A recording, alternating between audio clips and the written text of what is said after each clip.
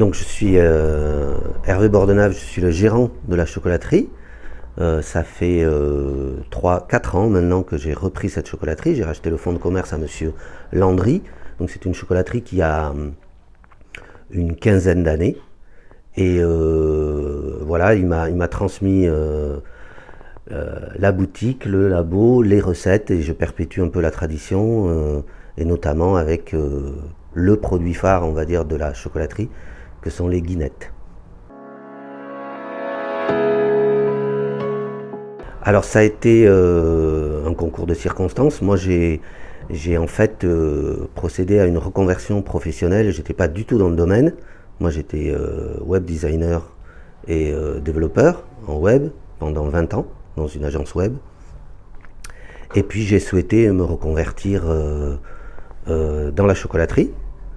Alors pourquoi la chocolaterie? Parce qu'on était tout simplement voisins, là où j'étais, d'un chocolatier chez qui je me suis renseigné pour savoir si je pouvais me reconvertir, ce que j'ai fait. Donc j'ai fait une convention de conversion, un congé individuel de formation. J'ai fait une formation, un CAP de chocolatier en 2015, et j'ai fait 3 stages.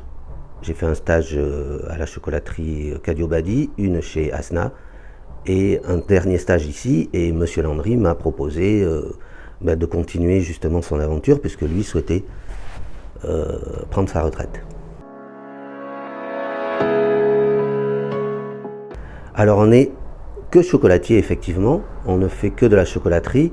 Dans la chocolaterie, on englobe aussi la confiserie, donc il y a les dragées, les pâtes de fruits, des raisins, mais l'essentiel de notre production, c'est du chocolat, du moulage et des guinettes, évidemment.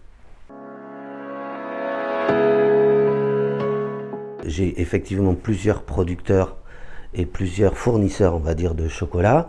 Nous ici, on ne torréfie pas nos chocolats, c'est-à-dire que rares sont les chocolatiers qui vont fabriquer eux-mêmes leur chocolat à partir de la fève. Il y en a, mais vu le volume de chocolat dont on a besoin, c'est pas réalisable. Donc moi je l'ai choisi, d'abord j'ai hérité entre guillemets des fournisseurs de mon prédécesseur, et ensuite je me renseigne sur des petits producteurs en général, des gens plus ou moins confidentiels, et surtout, alors avec le chocolat c'est beaucoup plus délicat, mais avec d'autres produits c'est faisable, essayer de trouver des produits qui sont pas éloignés et qui sont locaux. Je pense aux fruits secs notamment. Le chocolat, il vient forcément des tropiques, il ne peut pas pousser ailleurs, donc lui on ne peut pas le faire venir des Landes, mais les cacahuètes on peut, par exemple. Les amandes, les cerises viennent du Lot-et-Garonne. Voilà, donc moi j'essaie de privilégier la promiscuité, la proximité plutôt, la proximité au plus que je peux sur les produits. Alors oui, on travaille sur le bio, notamment sur les tablettes. On a plusieurs tablettes en Pérou et en République dominicaine, bio, donc garanties par mon fournisseur sur une production bio.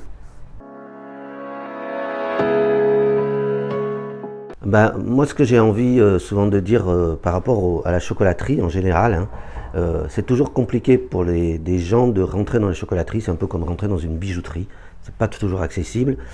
Moi, mon objectif, ça a toujours été de démocratiser l'accès au chocolat et à la chocolaterie. Alors, là c'est un peu plus délicat avec la période de Covid, puisque les salons ont été annulés, mais les salons servent à ça. C'est-à-dire qu'on fait pas mal de salons pour faire venir les gens et leur faire découvrir le chocolat. Et donc ça, j'y tiens beaucoup, c'est-à-dire proposer aux gens, là, quand les choses vont se calmer, vont rentrer dans l'ordre, on va essayer de proposer des stages de découverte aussi de la chocolaterie, donc visiter le labo, et puis proposer aussi des stages de pratique, faire soi-même ses moulages, faire soi-même ses tablettes, pour démocratiser l'accès. Et on essaie aussi de perpétuer un peu des traditions qui se faisaient autrefois, notamment là à Pâques, on va organiser un concours de dessin pour les enfants. Voilà, où vous voyez, il y a un vélo qui a gagné, qui est le premier prix. Après, on fait gagner des sujets de Pâques. Voilà, ça entre dans le schéma qu'on veut proposer pour la découverte, on va dire, du chocolat pour tout le monde. Je vais juste vous présenter notre équipe qui est s'affaire sur la préparation de pâtes.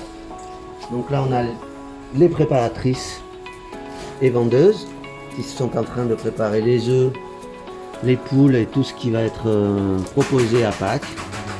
Et là on a les chocolatiers